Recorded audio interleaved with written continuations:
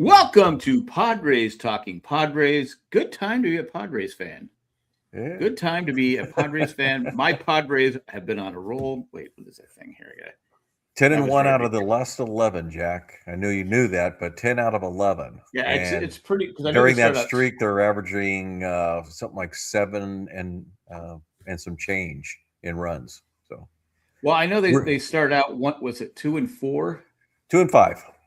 2-5. Yeah. That's right, 2-5. And we were In all when fact, we I say think hey, it was 2 and 6 even at one point. no, because that No, would 2 put and us at 5. 2 and 5. That's yeah. it. Yeah. Yeah. And I think we even said last week, got to calm down, be patient. I go. This is a good team. I mean, in the 7-game winning streak, they've had 3 walk-offs, Yep. and I don't care what anybody says. Don Orsello is He's amazing. magic, isn't he? You got Dodger fans who are like, it's such a homer. That's what your local announcer should be. But I listen to Mud and Dot. They'll say if a check swing against Padres, yeah, he went. Yeah. Or no, they're pretty fair. But they Well, should be look, home. you look. There's a home announcer. So Joe Davis is an excellent announcer. Excellent announcer. Does football really well. In fact, I think he's better at football. But when he's broadcasting the Dodger games, then he should be for the Dodgers, just like Don Orsello should be for the Padres. My angst with any of these announcers is when they go national, and you can tell that they're the announcer for whatever team that they're Exactly. usually for. So, and I've heard Don on national ones, and he's got a switch that he just knows that it's national. He gets rid of his Padre He takes hat, it a little so to more speak. serious, and he's Yeah, he's a not little bit. joking around. I mean, he used to joke around with Jerry Remy when they were Yeah, when he was in Boston. I mean, I still can't believe Boston let him go. I still can't believe that was. If you ever go on Twitter and see Red Sox fans, they get so ticked off that they don't have him yeah. anymore. Pretty much anything that comes out about Don Orsello, they just like, man, you They're more Padre upset fans are really lucky. that than Yeah, the way they're playing right than now. trading So, Bogarts or Devers or yeah, it's like yeah. I don't care if we're 1 and Excuse me. 161. We let Don Orsello go, and it Yeah. just and they treated him poorly too. So Yeah. but those were such exciting calls, and I used in our what's it called what's our thing? What's that thing called? Anyway, I put that I You lost me, Jack. You lost me. the thing that Oz got us The to thing. do. The thing. Come on, Oz, help me out. I don't know what you're talking about. You're talking about a podcast? You're talking about No, the thing with the message board thing we have, not message board, but it's like we have a live Padre talk. We have basic Discord? Padre talk. Discord. Thank you. Okay. Yeah, the Discord. Don's not on that, so No. I said this morning. I stayed up till like the 8th inning, and I go, I'm so tired. It's 6-2. I'm going to go to bed. I don't It was blame a you. nice run. It was a nice run. I'm on and for the record, I'm on the East Coast, so it was like close to 12 something, I guess, maybe. It was late, yeah. And I said, I just can't stay awake anymore. I haven't slept all. I mean, it's been, it's rough when you get older sleeping. And I woke up an hour later. Am I there? I'm Fluff. You are there. But anyway, so I go, let me see. Let me go in my room, see what I clicked on I go, did that say 7-6? Yeah. 5 runs in the 9th inning. So I go on Major League Baseball and I watched the whole 9th inning again. And without knowing how they won, I figured it was Merrill because I saw on MLB Net, right. It was Merrill Madness, whatever it was. And I said, and the call, it's down the line, it's Merrill. I can't do him justice. And I just said, oh my God, what a game to be at. Down by, it's one thing to walk it off when it's tied, or down a run, but you're down 4 runs to tie, 5 to win. And it was 2 outs for, I think we had 3 runs. It was 2 outs, right? Yeah. So we scored. When Tatis hit the sack fly, it was kind of like, 2 outs. Crap. Now we're, down because they had the bases loaded with 1 out. Tatis hit it hard, though. I mean, but he hit it. But he's been having great velo from his exit. Oh well, he's in his last, I believe it's 8 games. He's hitting close to 400. So I mean, he's found it. I mean, right now, Look, I talk a lot with my buddies, and short of 1998, I believe this is the best complete offense we've had. I'm not ready to crown it the 98 version yet because that was a Yeah, tremendous offense. that was awesome. But the up and down the lineup, I think, is better than 2 years ago when we had Soto. And that's not a knock on Soto. Soto did his job, but Right. but we really were kind of more four deep then, and it really wasn't anything after that you sit there and go, oh yeah, I remember this guy or that guy. Salmon's doing a great job of rotating guys. I kind of feel for him because there's no way you can keep everybody happy, and quite honestly, there's not a guy in the clubhouse right now that doesn't deserve to get a few at bats here and there. So Yeah, I think he's doing the right thing. He's keeping everybody fresh instead of waiting until June or July to get them fresh. I think he's being very proactive and not letting them get too tired right off the gate. I think he's doing a tremendous job. And look, managers live and die by their record, and right now their record is good. So that means he's doing a good job. Right. Yeah. I mean, again, he's still learning, but if learning is 11-6, what are they? 12 and 6. Yeah. If 12-6 is still learning, I'm okay with that. Yeah. And they beat Seattle 2 games, and they never beat Seattle. Well, they got trashed by them last year. I was trying to remember last year. I think they went 1-5, but they might have gone 0-6. It was bad. I don't. Yeah, and they worked us too, if I remember right. They worked us pretty bad last year. The games weren't even close, so I don't know. I'm looking up last year real quick to see the Seattle. We lost 2 out of 3 at Seattle, and I have to go to the second half here. It says it was that was the first half. I'm pretty sure they swept us. In San Diego. 1-5. Yep, we did 1-5. Thank you. Next time I won't look it up. I'm just gonna put it out there for you to get us on the right page. And it wasn't just last season. We've been struggling with Seattle for a while. Yeah. Well, they're good. My goodness, their starting pitching is phenomenal year in, year out. Yeah. I mean, they have a true starting 5. They've had 5 for quite a while right now. Bryce Miller is out, I believe it is. But you look at the pitchers they're throwing out there, and that kid last night really did his job. I mean, held us to 2 runs. So right. No, I mean, look, every win is important. Every win is impressive. You go from beating Colorado 4 and you go, well, we should beat Colorado. Well, you should and you do are 2 different things. And sweeping a 4-game series is really, really tough. Yeah, any team is. I mean, even your worst teams have a chance to win 1 out of 4 games. And then we beat 2 out of 3 from both Boston and Pittsburgh. I know Boston's scuffling. But Pittsburgh's a good team, They're this first year, place. and now you've taken 2 out of 3 from Seattle, and part of it is timing. I mean, the bottom line is they were scuffling big time, and then they swept 3 from Houston, and came in here. That got me worried because I was like, oh crap, they were playing so bad. Maybe we catch them at the right time, but I think this is more. I think this is more about the Padres playing good than it is about Seattle playing bad. I don't see Seattle scuffling in this series. We've just beat them in a couple of good games. Oh, yeah. When you look at our outfield, I think we talked about this before. It's got to be the best outfield we've had in years as far as offense and defense. Merrill is just I mean, Tatis is obviously a platinum gold glove winner. And you have Merrill, who that catch yesterday. Yeah. I mean, I said, okay, he doesn't have. He even said that's his best yet. Yeah. He said, he doesn't have a chance on that one. There's no way it's going to be too deep. And I go, oh my God. And it wasn't one of those things where, did he catch it? Did he not catch it? You could clearly great camera work. Let's give the cameraman. Yeah. He caught it right. And I was like, oh my God, he caught that. Yeah. It's like, that was just incredible.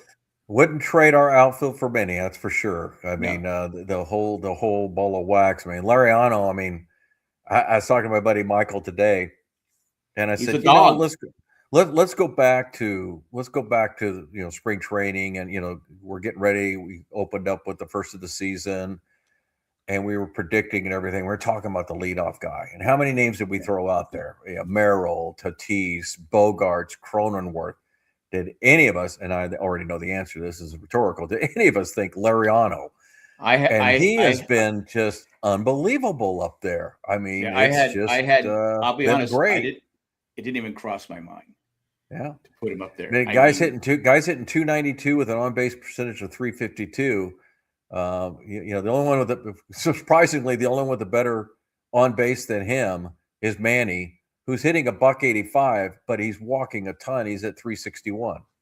yeah. So, I don't like Manny scuffling, but I was going to bring that up as a positive, actually, that you're doing all of this with Manny, Jake, and Fermin literally hitting nothing, and yet you're scoring 7.5 runs a game the last 10 games. What happened That's to Fermin? Fermin. apparently he took a batted ball up in the grill on the mask, and they took him out for Concussion. precautionary. I read earlier today that he is okay. He is at the ballpark. Obviously, Capisano's starting tonight, which probably would have happened anyway.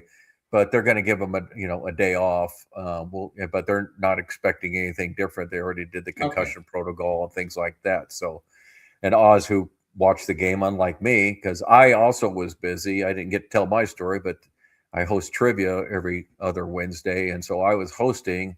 And even though they had the game over on the side, it's hard for me to pay attention while I'm doing that. I got home and my TV in my office was not working, and I had one of my sons over and my wife, and we were talking, and I couldn't get it to come on.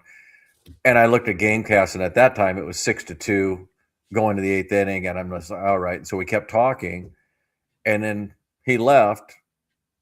My wife went out to the living room. I got back on my computer, and like you, I was like, wait a minute. Padres won 7-6. So a little different route. I went over to X right away, and of course I got the blow by blow, how it happened and everything. And yeah, it's quite phenomenal. So I don't know. I was telling somebody today, it's like, for being a diehard Padre fan, up to this point, I've seen less games because just conflicts right and left. I just haven't been able to sit down and watch full games. I have to catch up like you are doing, and I feel like I might as well be on the East Coast because it seems like I'm catching a lot of half games and 3 innings and, after the fact kind of stuff. But gosh, maybe I ought to just quit watching, Jack. I mean, Yeah, seem maybe I should to do better when I'm not watching. Because I know. Well, the first walk off, I went to sleep too. It went extra innings. I go, I can't sit awake anymore. I'm exhausted, and I got on my phone and woke up like a half hour later. I go, oh, we won. So I had to go watch. I go, oh my god, what a grand slam! It was like Blam Diego's back. But going to, I lost my train of thought. But Bogey goes boom. I love Bogey that goes one boom from Don. Obviously, he got to call that a lot. He got to call that a lot in Boston. But yeah, that's my favorite. Bogey goes boom. Yeah, Bogey goes boom and holy sheets. And you got the Merrill Madness and the holy sheets and what made the holy sheets, the sheets one so cool is you have the crowd challenge. Holy sheets. Yeah, and it's just and it's a bomb. I mean, he just blasts it, and it's like the crowd right away. It's one of those home runs where you go. It wasn't one of those ones where it's floating, it's it's hanging up. It's there. Like he hits it, it's gone. It's gone. Yeah, it's like you start cheering right away. It's good time. But the reason I know what I was going to say is I'm doing projects around the house because we have a couple relatives coming in a couple weeks, and the house has to look like it's not been lived in. Who's coming? I don't know. It's a couple people, but anyway. So I've been working on that yesterday, if I remember right. Yeah. Working on the laundry room, and finally got it to a point where. So finally, I got got everything done, and tomorrow I'm going to move the washer and dryer. It's been 2 weeks since we've had the washer and dryer. Yeah. Been through that. That sucks. Yeah. Yeah, but I did some laundry at Heather's house. So anyway, so I didn't turn on the game until, and I see. I go, why is there a 1-2 count with Vasquez warming up? I go, what the hell's going on? I couldn't, and then they finally said, okay, Fermin got hurt. He's allowed. They're going to let him have some pitches. I go, well, what happened to Fermin? And then I forgot to check today because I'm busy watching kids and doing stuff and driving all over Raleigh. And I said, oh, geez, man.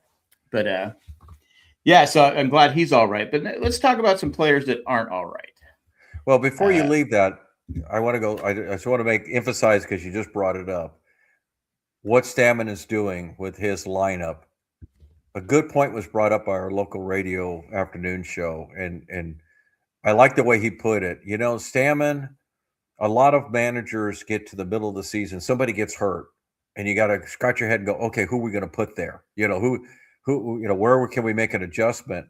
And with Stammen moving the lineup around and even putting things like putting Tatis at second base, if somebody gets hurt right now, I don't feel like he's going to have to dig deep and go, oh wow, what are we going to do here? If it's Machado, it's Andujar. If it's Bogey, you move, Cronenworth over to short and Tatis to second, put somebody in right field. You've got maneuverability, but what I like is that he's doing it now just to give us some test rides so that if it does happen, and let's face it, it almost always will somewhere down the season, you'll lose somebody for a month or, an IL stint. You're not taking somebody out and just saying, hey, by the way, go take some grounders because I'm going to need you at second base for the next 2 weeks. So, right. Yeah. Well, according to Harold Reynolds, Padres are putting. God, don't even go down that road. He's not even worth talking about. Putting Tatis at second base so they can trade him because people don't know how athletic he is. Jeez, like Christmas. I go, why would you eat? I go, he's an idiot. I used to like Harold Reynolds. Did you? I've never liked him because he was okay. He is clickbait waiting to happen. When I saw I wonder how a person who was in the major leagues for as long as he was can spew that stuff out as if it's Godspeak, and it just everybody in the world knows it's hooey. I mean, it's just like it's nothing. What? How many times we've had this team payroll for like 4 or 5 years now? What all of a sudden makes you think that we're just going to get rid of players because we need to shave payroll? There's nothing the Padres have done. That's not what bothered me. The fact that he said they're showcasing his athleticism. Well, that's his way of getting to it, though, because he said they needed to do it because they need to get this payroll. They can't keep this payroll. They showed the 4 big guys, and they said they can't keep this payroll. So of those 4, Tatis is the likely candidate to have to be traded. But still, I go, you don't really have to showcase Tatis's athleticism because we've been seeing it for 6 years. Everybody knows that Tatis is very athletic. Well, even he knew it because he spent the first 5 minutes showing all the clips of him when he's a shortstop and now he's at second. And look at the term, look at the arm, look at the running, look at that. So he made his own point that, that he's the most athletic guy in baseball, in his opinion, too. And I'm not going to disagree. I think there's a lot of them out there. I think, you could put Acuna in there, but yeah, it's just noise. It's just such noise. What I'm glad is that when I saw it put on X, I am not exaggerating. I think 49 out of 50 people basically said, "Shut up. You're just we're not listening to you. You're making yourself look foolish." Yeah, I mean, when they were doing it in the preseason, as you probably remember, people were biting into it like, "Oh, well, who would the Mets trade to him?" And who would the Yankees give them? And now everybody's like, shut up. That's not going to happen. And if it does, I will come on our podcast and get down on a knee and apologize to Harold Reynolds, but it ain't going to happen. Tatis is money, and his contract is not. He's underpaid. He's underpaid for what he does. And again, they sell a lot of jerseys because of him. I mean, he's probably between him and Merrill, who's the most popular Padre. But it's just like, well, Jack, let's put it this way. A year ago, how many people were talking about the bloated contracts of, Tatis is going to, and Bogey and Machado, not Merrill because his was just signed and everything. But like, oh, these are going to come back to haunt you. And every year goes by and those contracts look better and better and better. When you got, Tucker, who was definitely overpaid, there's no doubt about it. I think he was offered 50 and he ended up getting 70. But when you get a guy like that making 50 million a year or 70 million a year, even if he would have got the 50 that they thought he was going to get, Tatis is what, 25? I think he tops out at 30. Machado at 35. Bogart's at 25, I think it is. those are starting to look better and better and better. It's that's where, if we're going to stay on that subject, Tucker is not a Otani. He's not a Soto. He's a good player, but he's not worth the best AAV in the league. He's not worth that. They overpaid him, and it didn't matter to them because they can afford it. Right. Again, that's the whole problem with the system. It doesn't work out. I mean, look they have Tanner Scott, the most expensive setup man, most expensive middle reliever in baseball history. It just anyway. But I was going to say too, Campusano, going back to catching, he has been a pleasant surprise. Extremely good surprise, and I'll eat that one because, and again, it's early, so I'm not ready to say, oh, it's there, but he has earned the right to do what he is already doing, which is pretty much split time with Fermin. I just switched off to another page, but let's see. Campusano has had 26 at bats, and Fermin's had 37, so a little bit 60-40, but no, it's real. I mean, he's really improved behind the plate. They had Bob Scanlon on the morning show this morning, the Padre Hour, and always love to listen to Scan. I think he's just got great insight and everything. He's not tall, and he basically puts it out there. It's like, look, Campusano worked really hard in spring training in the offseason, getting to know the pitchers better. It kind of reminded me of Vasquez too, where it's like you get to a certain age where it's like, look, I need to either start putting up or I'm done, and I just think that, sometimes when you're young, you think you can just ride along on your own talent. You may not say it. And some people never get it.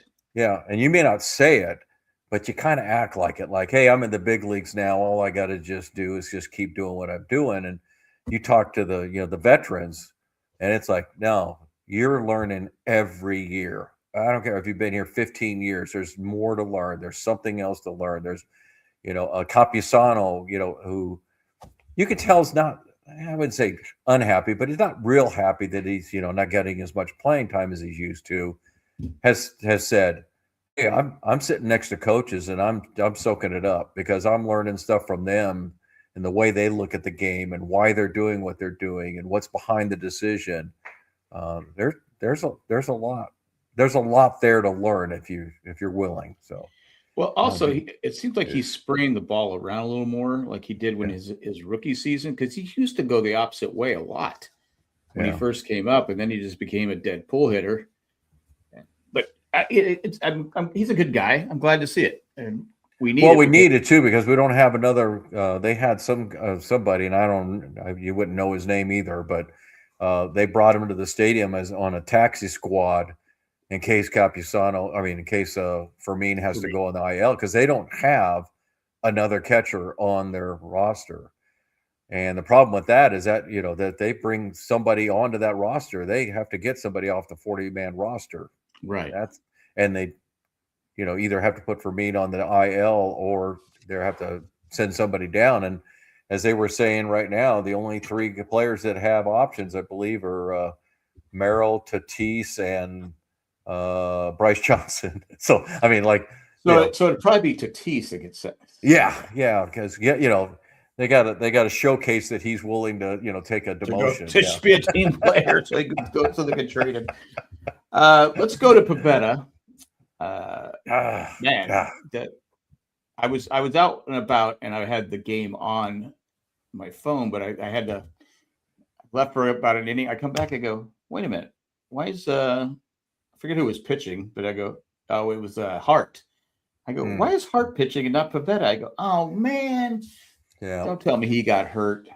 And I was out of town in Palm Desert, and of course got on my phone occasionally to try to catch up what was going on.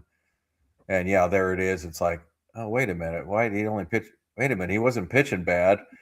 And you immediately, when a guy's one of your starters is gone, whatever it was, 4 innings and giving up 1 run or whatever. You're like, okay, it was 3 innings and no runs. Yeah, exactly. And I'm just like, wait a minute. Why is he out of the game? And then, of course, you have to try and catch up. Well, I'm trying to golf and, catch up at the same time. So enjoy life, right? Yeah. Yeah. So the I'm sure you heard the saying they suspect 4 to 6 weeks minimum because they're not sharing the MRI results, but what they're saying is it's a strain, and a strain could be 4 to 6 weeks, and then of course they'll have to ramp up too, after that. So I'm usually pretty optimistic in this stuff, but I'm not looking for him before the All-Star break. Let's put it that way.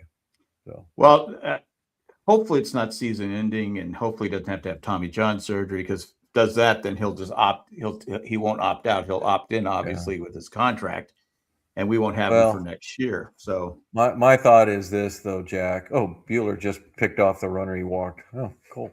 the game, I forgot the game is on. Yeah, it's 2 out. He had walked the first guy and went 3-0 in the next one, and then struck him out, and then picked off the guy just now. Yeah, In fact, Bueller had an outstanding. I would have pushed him one more inning. That's just me. I'm cautiously optimistic about Bueller now, and he was the one that I thought really could, maybe turn into that pitcher, we need. Yeah. It's still early. Again, just so I was telling somebody today, it's real easy to be optimistic when your team's won 10 out of 11. Start forgetting about all that 2 and 5 start and what wasn't working, everything. The things that weren't working are now working. They weren't hitting, and not only were they not hitting, they were not hitting with slug. And now I just looked, they have 17 home runs after, in 18 games. And obviously when you didn't have, but I think it was 2 in the first 7 games, that's a come around and everything. Tatis still doesn't have one yet.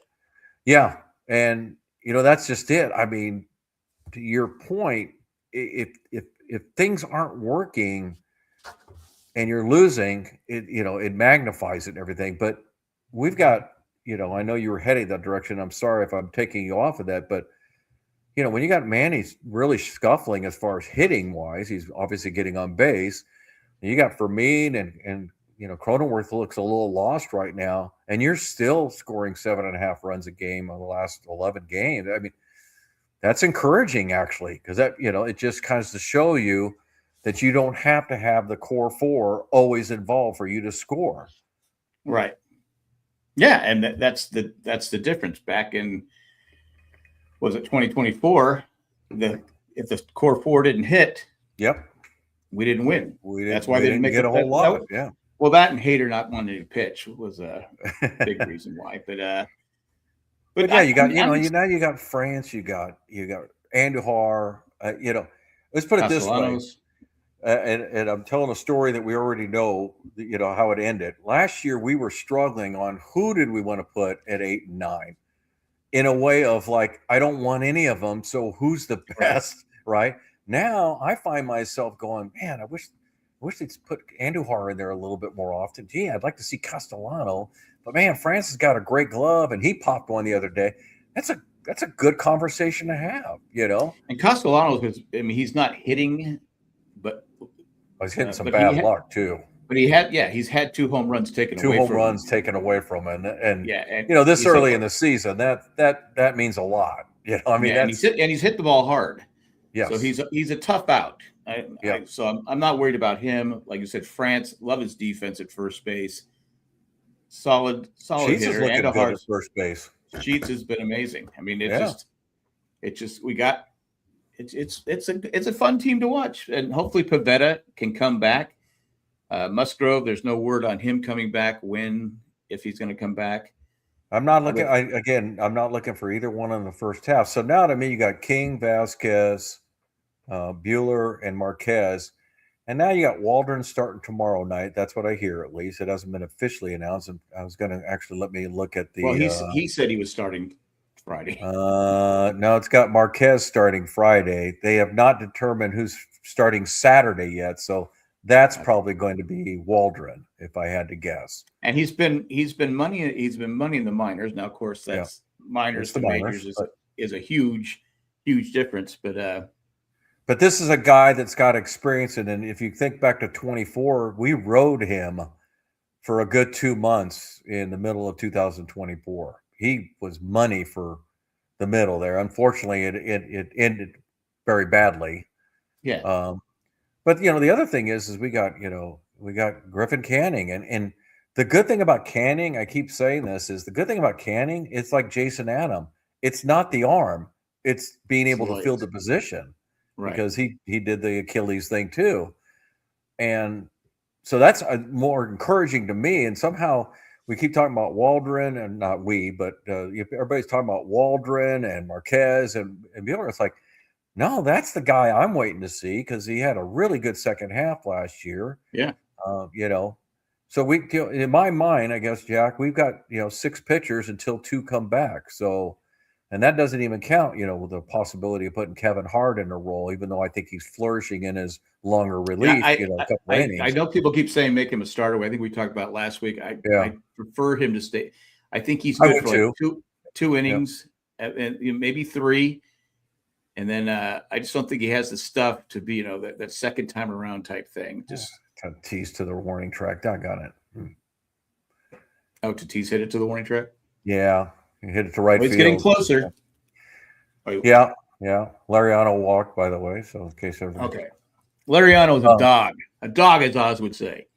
A dog. You got to go dog. Okay. Yeah. But it's exciting. And of course, we had Rosenthal come out and say that, Mason Miller probably shouldn't win the Cy Young. I don't care. What? I don't care about awards, but why was that needed to be addressed? If it was Diaz for the Dodgers, he would say, "Oh yeah, he should win." Oh yeah. I'll be honest with you. I don't think relievers should.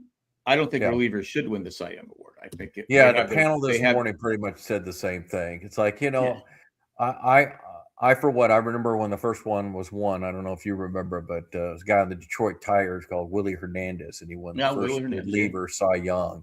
And I thought that was so stupid. It's so stupid, And there's been a few that have won it since then. Dennis Eckersley won it, and I just don't. Yeah, they got their own award, And I just it's like even when Hoffman had 53 saves in '98. Yeah, I'm like, it was an amazing year, but I go. Starter is, you're talking about innings. I just wish they wouldn't. I wish they would just basically say, you can't vote for a reliever for the Cy Young, and just say if the Cy Young is a starting pitching award only, But they won't do that. And Miller will get some votes if he keeps doing what he's doing. He will get votes. But I just don't believe a reliever should. Well, you have it's like the whole Rookie of the Year. Pitcher should be a Rookie of the Year pitcher and a Rookie of the Year everyday player. I'll take that one to my grave, Jack. Yeah, I don't know about you. I don't get why that hasn't changed, because the pitcher, especially that year where Skeens won. I mean, again, he's a dominant pitcher. Phenomenal. Two phenomenal seasons. Yeah, I would take him on the Padres in a heartbeat. Everybody, there's not a team in baseball that would turn him away. But he did only pitch like what? I was like, it was they were protecting his arm. I'm like going, okay, he was great, but their team didn't make the play. Anyway, it should be separate awards. I mean, well, that's why I hate awards. I really, honestly, usually don't care one bit. I really don't. The Merrill one just stung a little bit because he's my favorite player. He's been my favorite player since basically he stepped on the field. After about 2 weeks, I'm like, I love this guy. Looks like I your love son, his energy. that's why. I like his energy. I mean, his energy is great. I wish he'd calm down the curse words at the microphone, but they were goading him on saying it. I'm sure they were, but yeah, she was pushing him to say it, and let's be honest, it's kind of like it's tradition now. I'm an old fogey, and I know, but I was like, say it, Merrill, because the game was already over, the interview was over, and I'm like going, but we've talked about before. I'm not a big fan of of hers. I don't. I'm glad they gave her a little bit more of a back seat, because watching Scan and Pomeranz open the game is money. They are so much. And then they bring, bring Don and Mudd in for a few minutes. Now our broadcast team, and isn't it great? We haven't met, because we didn't have one last week. Actually, we had 2 weeks ago. By the way, you and Oz were right on the predictions at the 4-2 that particular week, and Oh because I yeah. had the Well, 3-3. and last week. Yeah. Last week we didn't pick any. Oh, we did. You didn't No, know we that? didn't. Oz No. and Oz and Jack said 8-0. No, And Jerry said 1-7. there were I don't. if there were picks, I would believe Oz, because Oz has said sweep probably half the time. So Yeah, but I had a feeling. I had a feeling. So I went 8-0. And Jerry, I don't know what you were kind of you're full of it, Jack. You were Debbie Downer. You yeah. said 1. Oz, back me up, Oz. You know he said 1-7. Anyway, it was in the discourse. Yeah. But no, I'm on Discord. So I actually get to see that. You were drunk that night and didn't see it. Well, that's hard to do when you don't drink. So yeah, well, it's funny. See, Jack is right. Oz says. But the funny thing is, there's no way I would have picked 8-0. I probably would have said 4 and. Well, I probably would have gone 5. I think a lot of us are kind of stuck on that 4-2 thing. I mean, it's kind of hard not to when you got 6 games. Because part of you wants to be optimistic, but not too optimistic, and then you don't want to be like, 3-3. I try to change it up because of the opponents and all that kind of stuff. But this particular week, in fact, we won't pick this game, even though it just started. But we won't pick this game. But Padres go to they got a really Padres out of the inning. Manny grounded out. We're at the Angels for 3 games. Then we're off Monday, and then we're at Colorado for 3 games. And the last game will be done just before we come on, because they start at 12 o'clock on Thursday next week. So we'll have 6 games to pick on that. 6 games. Angels since you were 1-7 last week, let's let you. Well, I am going to be optimistic, even though the Angels right now, Trout's just murdering the ball, 5 home runs the last 4 games, and Solar is pretty doggone good too. But I'm going to go 5-1. I'm going to go 5-1. I think the Padres are going to go to Colorado and sweep them, and I feel pretty good about the Padres. Going against it, even though our pitching is not as healthy as I'd like. What did you say? 5-2? 5-1. 5-1. Yeah, we're not picking tonight's game, so yeah.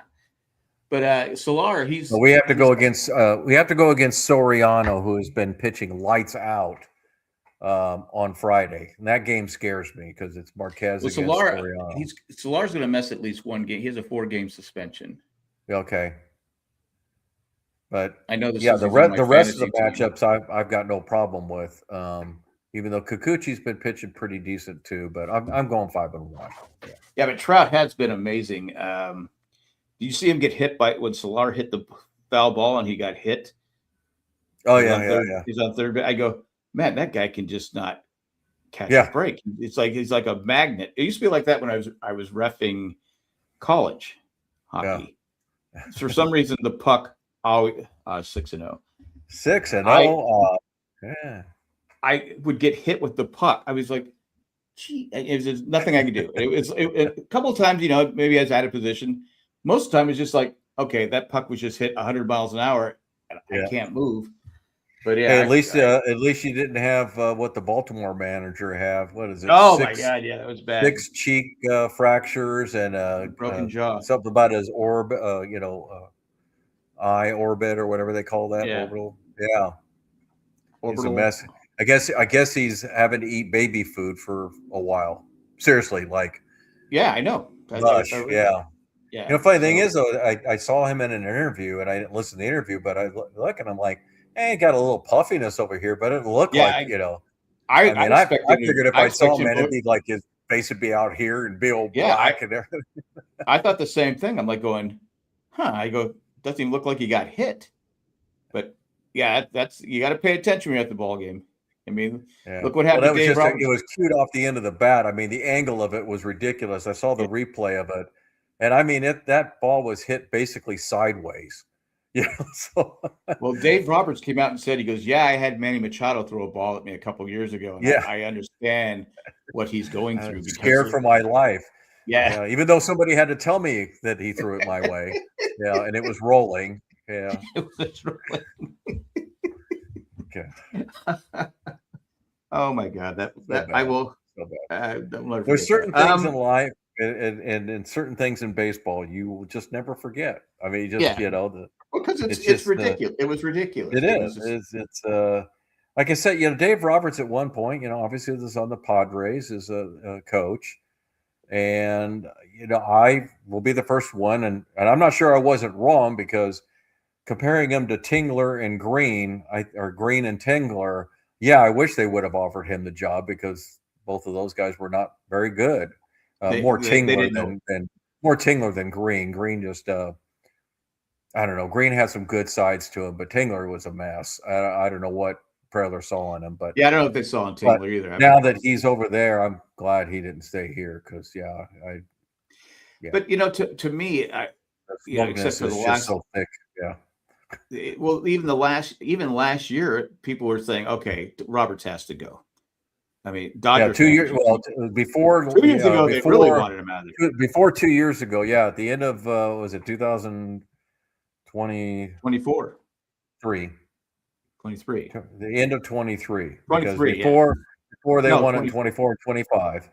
They won it in 24, 25. Before they started that 24 season, we were wondering why he was still around because they'd won the division, but they had been continually getting kicked out, including the Padres. Never was going anywhere. No titles. And Well, in 23, he mismanaged that game. Yeah. That allowed. Yeah. Yeah, I was just about ready to say that. Speaker speaking. If we would have won that series, and Roberts he's would not be gone. the manager. Yeah, He's gone, But and there would be I no was surprised he was around for that year. So yeah. Yeah, and that's what's funny is now he'll make the Hall of Fame as a manager. He'll make it. Yeah, I mean, because of the winning percentage, 2 World Series, probably more. If we don't choke in 24, he's gone, and there's no talk. He's probably coaching in Cincinnati or some lower team. So yeah. I was just about ready to say. Well, look, and a good manager will tell you this, that you're only as good as the team that you have. I mean, there's you as a manager can make some bullpen changes. You can make some lineup changes. You can, get guys the feeling ready to play, things like that.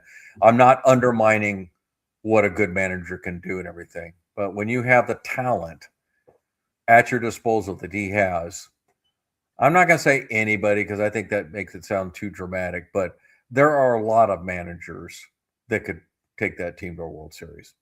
Oh, yeah. Yeah. I mean, whereas I will always look back at the San Francisco Giants of, was it 2004, 6, and 8 when Bochy took them. That was some managing because I still look at those teams, and I go, I'm not saying they didn't have any players, but boy, they were not overwhelming. It was just good managing. He got them to play. They were resilient. Again, they had some great players, Posey and Lincecum, and they had some pitchers and some. Matt Cain. Yeah, and to me, that when you that's the kind of managing job you kind of Baumgartner. You get those kind of teams, and you go, okay, that again, that's a good team, but that wasn't what the Dodgers have with 12 starters, of which 5 will probably go to the Hall of Fame, and got a bunch of other guys. Oh, Tatis just made a great grab. Well, did he grab? I got the replay, but he's walking in like he thinks he got it. Let me see. Oh yeah. Running catch coming in. He caught it down at his shoelaces. Hang a star on that one, baby. Amazing speed. What makes great managers? Oh, Reynolds will be glad to see that one. Yeah. Yeah. Nobody has ever managed pitching better than Vichy. Or I think you mean Bochy. Bochy, yeah. Okay, yeah. Yeah, there's been a lot of good managers. I mean, some would say Bobby Cox, but again, he was also blessed with having Glavine and Maddox and Smoltz and Avery. It does make you a smarter manager. But I think what I was going to say, good coaches in every sport, great coaches are the ones that know talent. and they're the ones that say, okay, yeah, they have the power to say, okay, yeah, bring me this guy. It's like, I'll go to Schottenheimer, completely changed sports. Schottenheimer, when he was with the Chargers, he had, even though him and AJ Smith didn't get along, he knew how to, they were bringing players in. North Turner was a yes man. So AJ Smith did whatever he wanted. What happened to the team? Went down. I think you had like a Billy Martin or a Dick Williams. Dick Williams said, yeah, I want him. We need to go after him. So he went to Croc. He wasn't coming to San Diego just to be a guy. He was coming to San Diego. You brought up a good example, some good example. I'll give you a better one. A good manager or coach takes what he has and makes something of it. I personally don't like the guy, but Bill Belichick is the greatest coach in football ever. And the reason is they won all those Super Bowls different ways. Defense, the first two, then it was a passing game, and then it was a running game, and then back to defense again. Those are great managers to me, that when they keep going and with different ways to win and figuring out, what do I have here? I remember, Jerry Coleman. I know Jerry Coleman only had the 1 year managing everything, and of course it was 1980 Olay. It was a big joke and everything. But the one thing I respected out of right out of the gate, he knew what he had. He had three guys at the top of the lineup that could steal.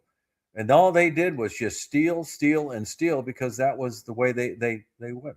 Whitey Herzog, same thing. Remember Whitey Herzog had Vince Coleman, Ozzie Smith, and Willie McGee.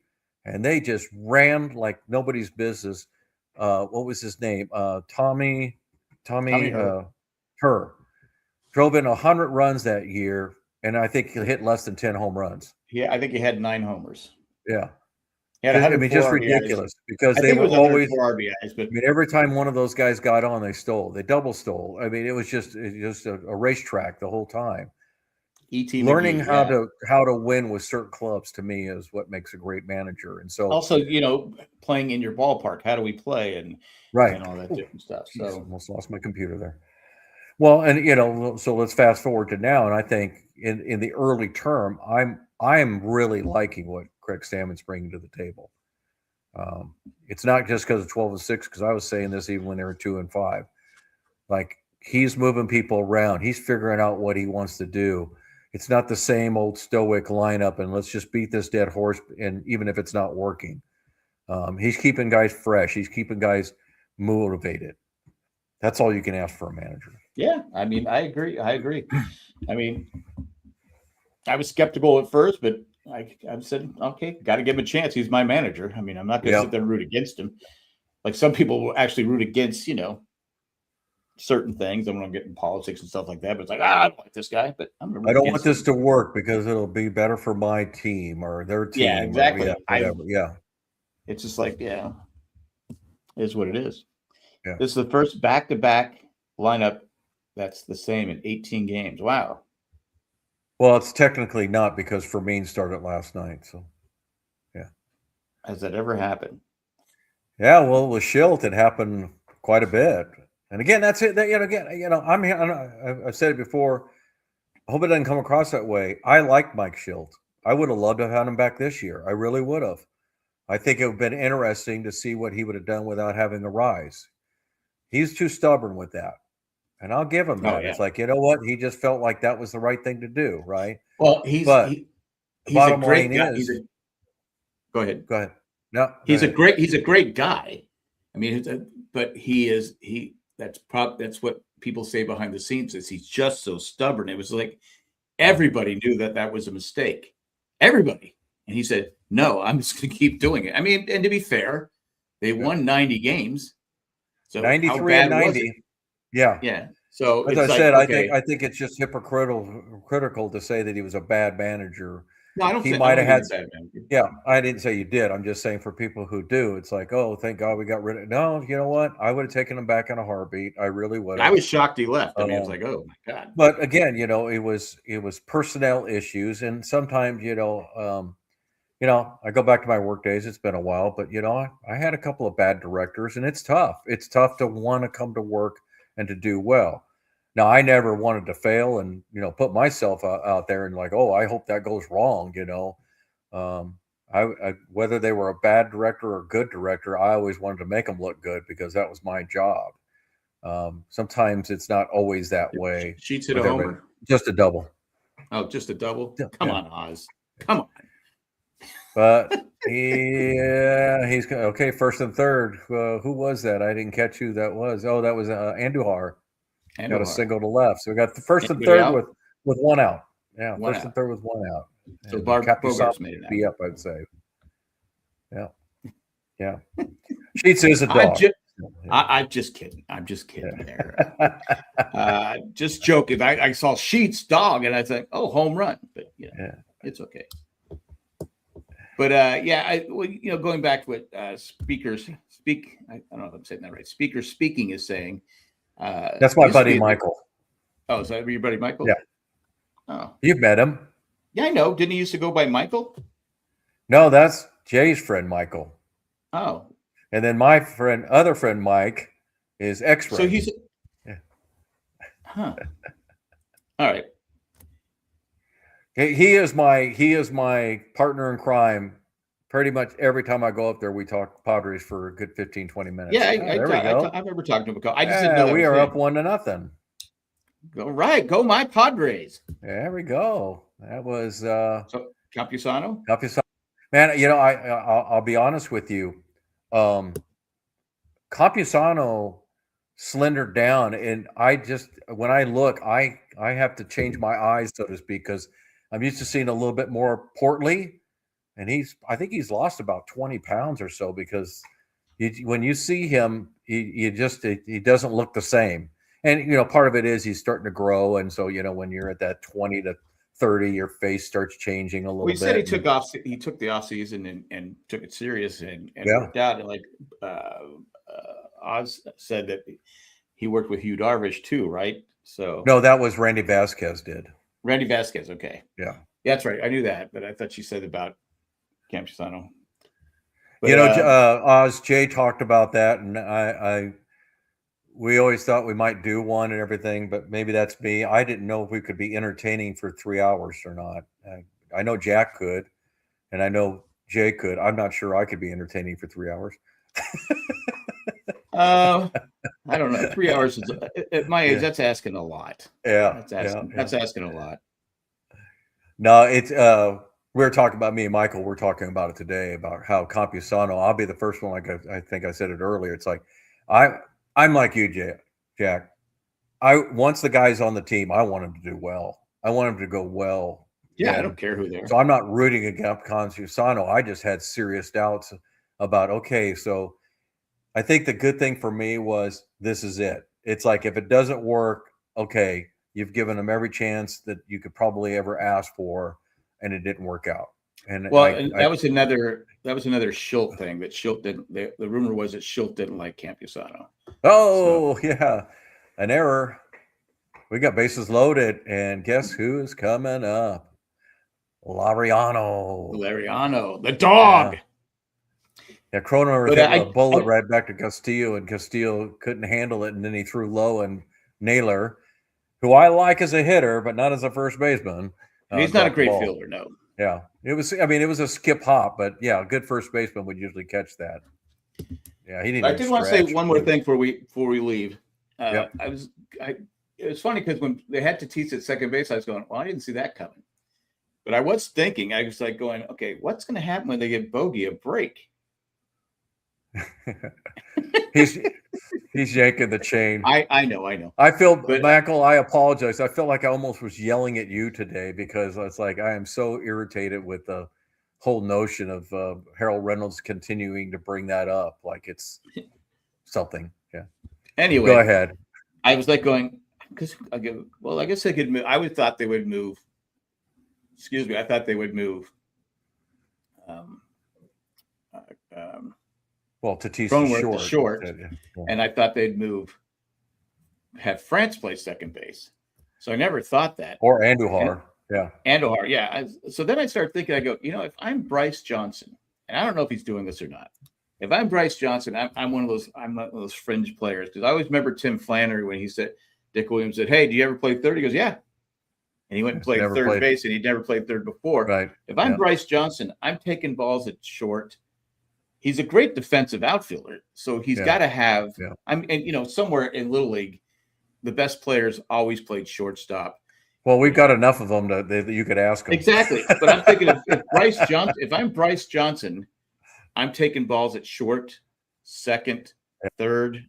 Who's to I say he don't know if might he is not or be doing that? I mean, who's to say? I know he could be doing that. None of us really knew that when Craig Stammen said, "Yeah, Fernando's been taking infield for the last 2 years." Yeah, he comes out, he takes infield area. Oh man, he hit it right to first. Well, they got another run out of it. It was a doggone it, man. Lariano hit a P on the ground to first, and Naylor knocked it down and got him out at first. But we got a run in. So it's 2-0 with second and third, and Tatis coming up. Tatis. Yeah, but okay, where's our beat writers? Where's Kevin Acey? Instead of or Barry Bloom, instead of reporting that Padres are going to move, that's how about some information about who's taking balls at second? 2 years he's taking balls at second, and we've never heard that. I think it's a little bit of a drop, no doubt about it. I don't follow either one of those gentlemen. Well, I don't either, but I'm just saying. My two best sources are AJ Cassavell and Dennis Lin. Dennis Lin is phenomenal. I like Cassavell because he's the MLB beat writer for the Padres, or with the Padres. But Dennis Lin is great. In fact, I don't know if you saw. Did you see the article about the sale and the 4 groups that are interested and things like that? Yeah, it's as usual. It's a really good article. So I'm encouraged by it. Let's put it that way. I think it's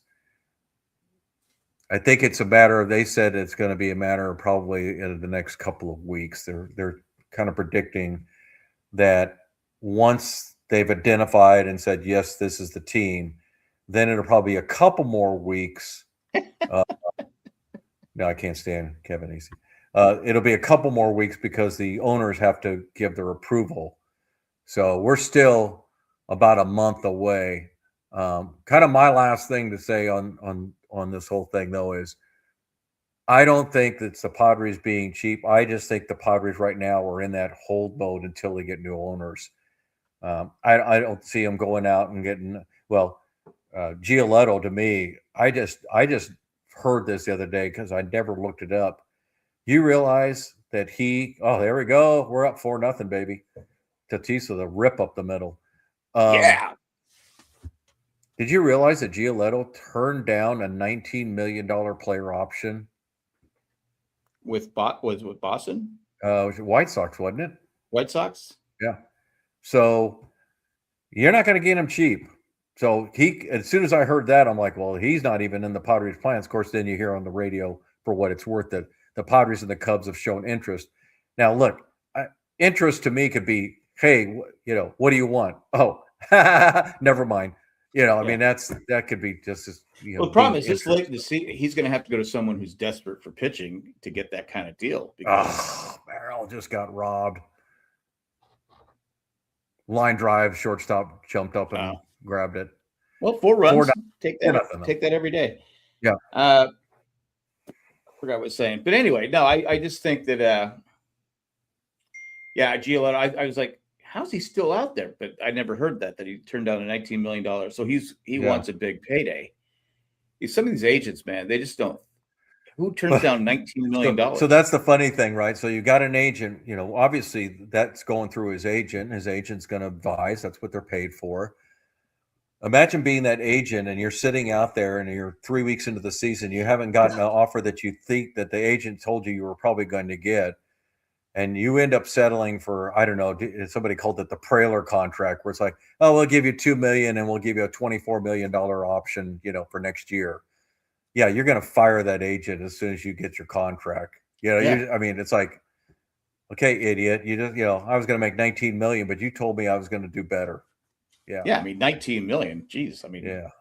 Obviously, it's monopoly money in sports, but can you imagine, Jack? I mean, I know we are not used to that world. These guys have been making, millions and stuff like that, but I'd be pooping my pants turning down $19 million a year, knowing that would blast me the rest of my life. That alone, never mind the money I've made up to that point, but turning down 19 millions, knowing that, you know what, at the end of the rainbow, I'll be rich.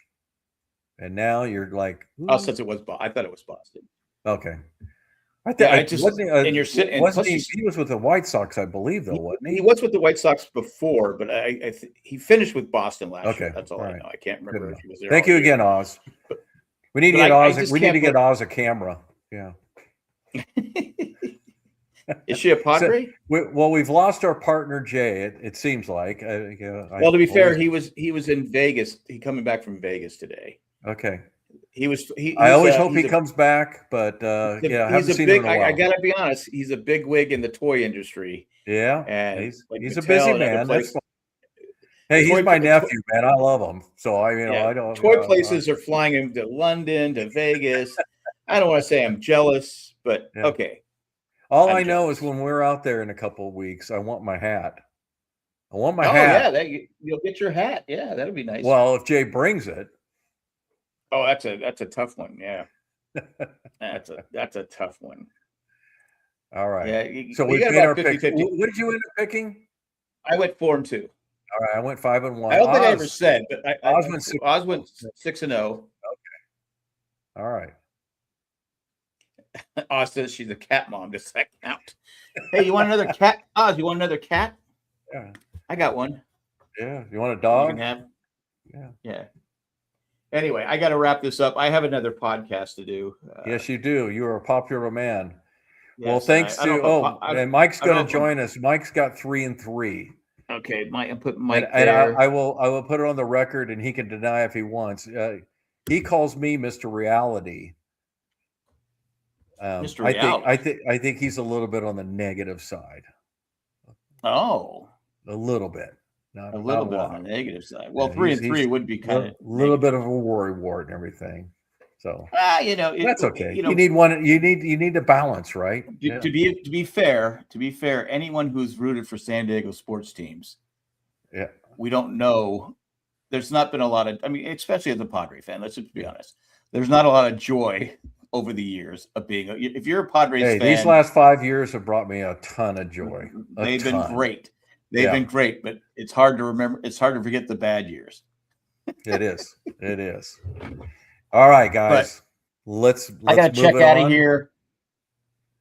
We'll see everybody next week. Thanks for supporting us. Love the chat. Yeah. Excellent. Love the chat. And we will be back next week. We're good for another 2 weeks, and then we'll be gone for a week. We're only good for one more show because the next week I'll be already with my brother in Raleigh. Well, couldn't you just do it? I'm not taking my laptop. So. Okay. All right. So Jerry's gonna back out, and we'll just be one more week, and then we'll have to take a couple week break. Yeah. Yeah. Sorry, guys. We love doing it, but yeah. It's all right. Busy. It's all right. I blame Mike because he's negative. Yeah. All right. All right, man. Take care, everyone. Catch you guys all later. All right. Jack and Oz show. There we go. Yeah. Bye, everybody.